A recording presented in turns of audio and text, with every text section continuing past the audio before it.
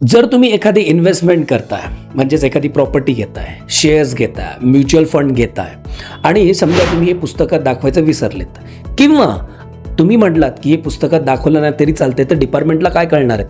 थांबा, ही चूक करू नका. इन्कम टॅक्स डिपार्टमेंटला एक डॉक्युमेंट आहे AIS, यात सगळ्या गोष्टींची माहिती असते.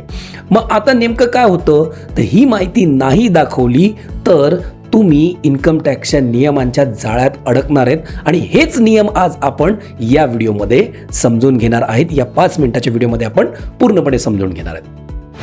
तर नमस्कार मित्रांनो, या व्हिडिओमध्ये आज आपण बघणार आहेत की समजा जर कधी तुम्ही कुठली प्रॉपर्टी परचेस केली आहे, एखाद्या भविष्यासाठी तुम्ही केलेली असेल किंवा तुमच्या मुलांच्या भवितव्यासाठी केली असेल, पण ती तुम्ही जर कधी तुमच्या बुक्स ऑफ अकाउंट्समध्ये किंवा तुमच्या ITR मध्ये जर कधी दाखवायची विसरलात किंवा कमी दाखवली तर काय होईल? तर इन्कम टॅक्सचे नियम असे सांगतायत की हा जो सेक्शन आहे तो आहे सेक्शन 69 आणि नवीन ॲक्टनुसार सेक्शन 103.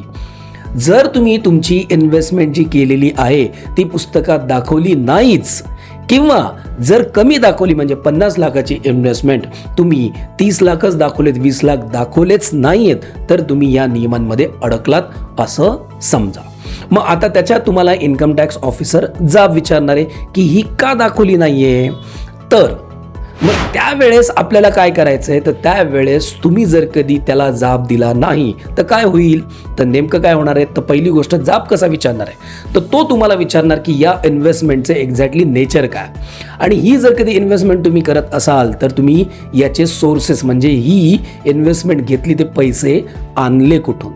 बरं, हे जर कधी माहिती तुम्ही त्यांना दिली नाही तर इन्कम टॅक्स ऑफिसर तुम्हाला जाळ्यात नक्कीच अडकवणार किंवा तुमच्यावर ॲक्शन घेणार आहे, आणि घ्यायला पाहिजे, कारण की का हा कायद्याचा रूल आहे. समजा तुम्ही एक्सप्लेनेशन दिलेत आणि त्यांना ते पटले नाही तरीही ते तुमच्यावर ॲक्शन घेऊ शकता. पुढचं काय होईल ते नंतर बघूया, पण ही ॲक्शन घेतल्यानंतर एक्झॅक्टली काय होणार आहे, आता एक्झॅक्टली असेसिंग ऑफिसर म्हणा किंवा इन्कम टॅक्स ऑफिसर म्हणा, काय लावतील आपल्याला, काय पेनल्टी लावतील का टॅक्स लावतील. तर बघा, जर अशा गोष्टी तुमच्या अकाउंट्समध्ये किंवा बुक्स ऑफ अकाउंट्समध्ये जर कधी दिसल्यात तर इन्कम टॅक्स ऑफिसर डेफिनेटली तुमच्यावर काय लावणार आहे, टॅक्स लावणार आहे. तुम्ही म्हणताल टॅक्स का लावायचं, इन्व्हेस्टमेंट तर माझी आहे, तर तिथे इन्कम टॅक्स ऑफिसर तुम्हाला सांगणार नाही, तू दाखवली नाहीये त्याला आम्ही इन्कम पकडणार, त्याला म्हणणार अनएक्सप्लेन इन्व्हेस्टमेंट. कदाचित तुम्ही त्या काळ्या पैशातनं विकत घेतली असेल, तो तुमचा काळा पैसा असेल म्हणूनच तुम्ही दाखवली नाहीये, या कारणास्तव तो तुमच्यावर काय टाकणार आहे, टॅक्स टाकणार आहे. टॅक्स किती टक्के टाकणार आहे, फ्लॅट 30%, आणि विथ त्याच्यावर पेनल्टी सुद्धा लावू शकतात. डिपेंड करतं की तुम्ही एक्सप्लेनेशन काय देता, त्याच्यानुसार पेनल्टी ही ठरते. तर मग एवढा कडक नियम इन्कम टॅक्सचा आहे, त्याच्यामुळे इन्व्हेस्टमेंट दाखवायचा प्रयत्न करा. मग आता याच्यावर एक्झॅक्टली करायचं काय, तर शक्यतो जेवढी होईल तेवढ्या इन्व्हेस्टमेंट ट्रान्सपरंट लेवलवर दाखवत राहा.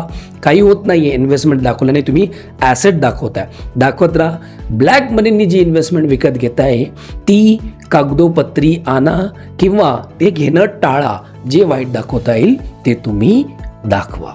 तर अशाच काही व्हिडिओसाठी आमच्या चॅनलवर येत राहा, लाईक करा, सबस्क्राईब करत राहा. तुम्हाला नॉलेज आम्ही देत राहू आणि आपल्या मराठी बांधवांपर्यंत हे नॉलेज पोहोचवत राहा. तर जय हिंद, जय महाराष्ट्र, धन्यवाद.